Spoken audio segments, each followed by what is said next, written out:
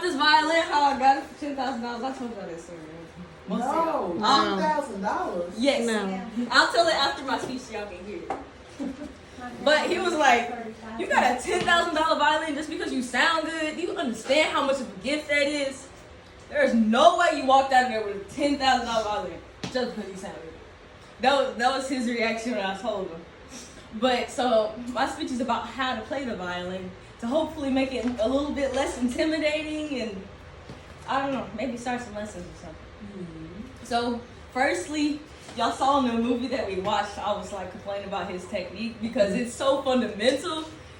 Everything, for me, it took me 2 years to get where I want to be, to play whatever I see and hear, just because these techniques are so very important. You develop muscle memory, and just like you work out, all these muscles here start to work out. And I guess like anything, like any discipline, dancing and ballet, you learn different techniques. Same with the violin, you learn to hold awkward positions and weird things.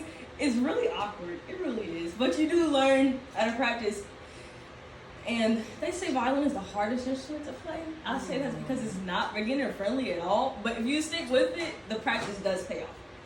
So, first thing we're going to talk about is bow posture. So, you see how my hand does. This is how you hold it. It looks easier than it actually is. But, so, if you see from the back, my thumb actually goes in this slot. It's kind of backwards, because why is there a grip right here? My thumb goes in the middle, actually. And my pinky goes on top. And this finger just lays on here. Not to be too bossy, but to be very loose. And these fingers just lay here. So when you hold it, it's like this. And you're able to do this. And be very loose. You're the complete opposite of tense. And so when you first start out with the violin, the best way to do it is to stay perpendicular to the strings, meaning from tip to frog. You see how the bow stays straight? And my arm also stays straight. Because initially what you do is kind of, you want to move your arm this way, but you have to stay straight. And so once you learn that part, you move on to bowing techniques. You have, like most classical, you just have legato.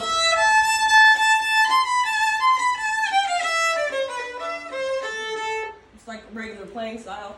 You have like a staccato, which is like, it's very sharp and kind of like, so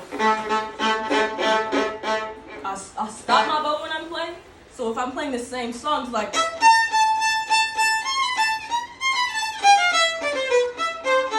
see the difference? It's just a different style of bowing. There's also like détaché, which is like detached, so.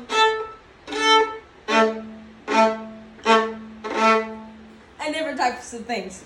So now that we went over bow techniques, we're going to talk about how to hold the violin itself. So I guess I'll go over the parts first, or some of the parts. So this is the shoulder rest, it comes on and off. This is the chin rest. So the shoulder rest goes here, and the chin rest sits on your chin.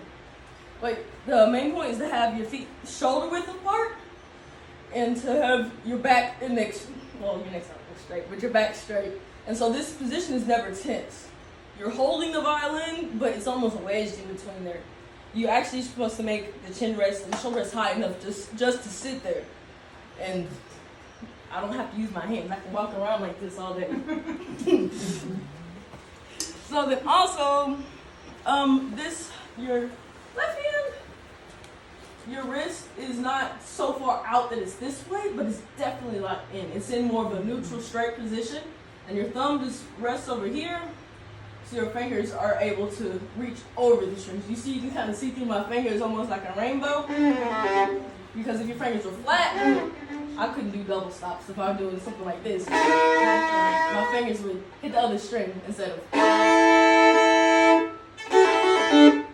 And things like that. So then also, I'll tell you some of the parts of the violin. There's so many parts. So we'll start at the top. This is the scroll. These are the pegs. This is the peg box. So this little piece right here is called the nut. It raises the strings over the fingerboard. The little black piece here is ebony. Also, it's called the fingerboard. So of course we have the strings. We have the C bout. We have the F hole because it's shaped like an F.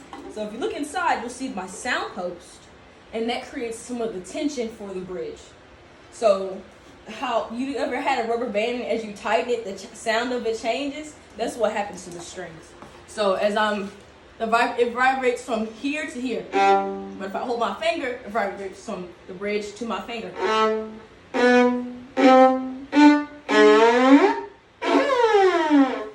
And so on. So all the tension of the violin is held right here in the bridge. And so this is going to be your tailpiece. This is a fine tuner, like I guess beginner violins have all fine tuners, but it actually inhibits some of the vibration of the violin itself. So violins sound better without any fine tuners, but that means I'm forced to tune with pegs. It's a little bit different. And then we have the end pin. You'll see like on cellos, when you loosen it, the stick falls out. That's what the end pin's for, but you don't need that on a violin. Got your chin rest. I have a special edition to pickup. So this little wood piece sticks in my bridge, and it translates the vibrations from the bridge into this pickup, so I can plug it in just like a guitar. This is my volume knob. So already talking about the shoulder rest. It commonly falls off all the time. All violinists deal with that. Some violinists don't use shoulder rests. I mean, it's kind of whatever you prefer. But that's basically a crash course in how to play the violin. So you'll see more classical violinists, but I like to think that you can play whatever you want to play and when you want to play it. Like you saw in the movie when they didn't play classical, it's like, oh, it's sacrilegious. What are you doing? Why are you playing the instrument like this? That's common. I didn't get that, but see, I play more like contemporary, I guess. I play hip hop, I play anything and everything. And that's what I aim to teach people and help them learn about. But that's pretty much a crash course in violin. Thank you so much. Yay.